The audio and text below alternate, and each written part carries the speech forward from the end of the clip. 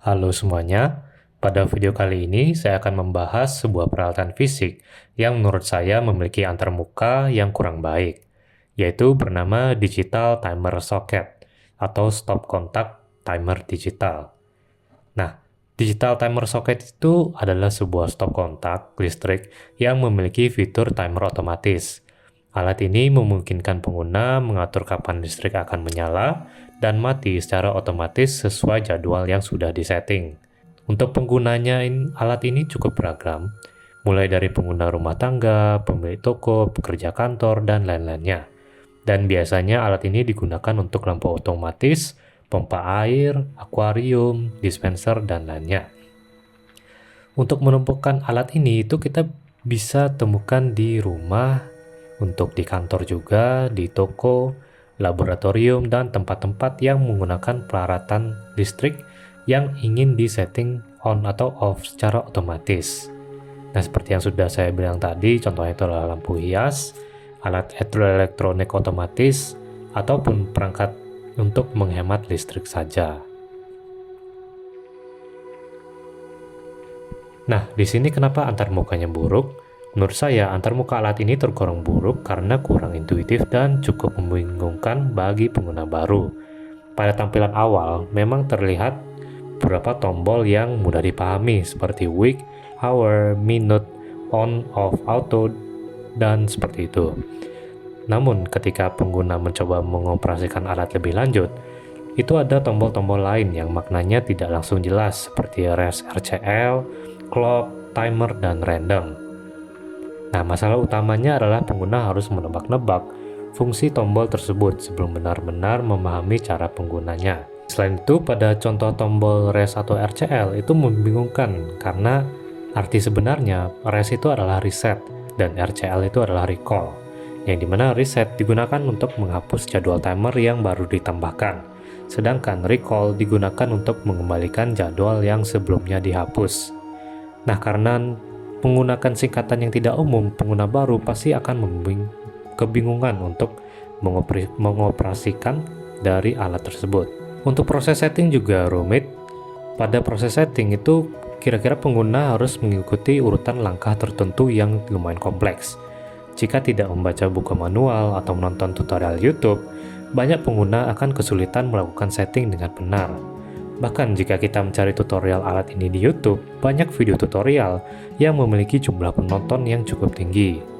Hal ini menunjukkan bahwa cukup banyak pengguna yang mengalami kebingungan saat pertama kali menggunakan alat ini. Nah, selain itu juga ada masalah yang besar, yaitu adalah masalah tombol reset yang berwarna merah.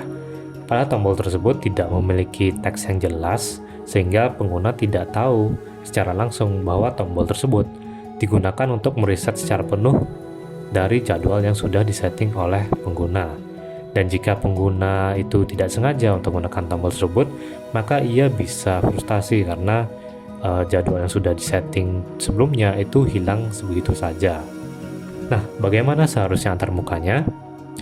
Menurut saya, antarmuka alat ini seharusnya dibuat lebih intuitif dan lebih jelas lagi.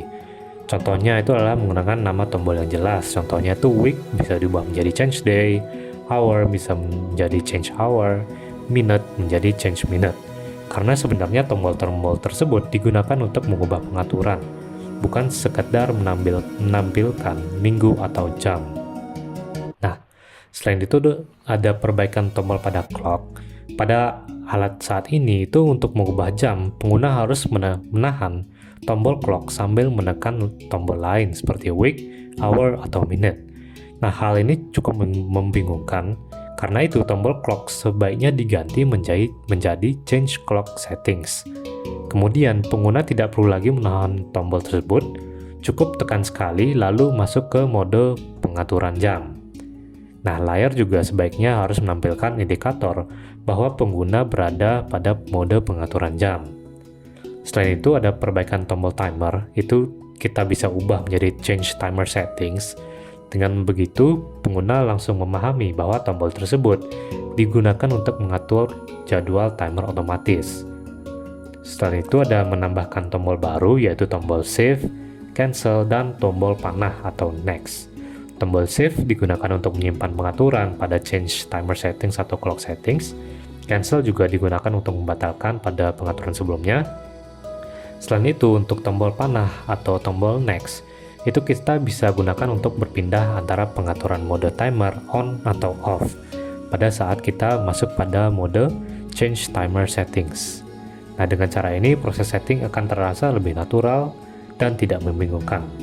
Ataupun jika membingungkan pada awalnya, pengguna bisa mengeksplor lebih jelas. Selain itu, kita juga perlu memisahkan tombol Rest dan RCL. Rest menjadi Remove Recent Added Timer, RCL menjadi Restore Recent Remove Timer.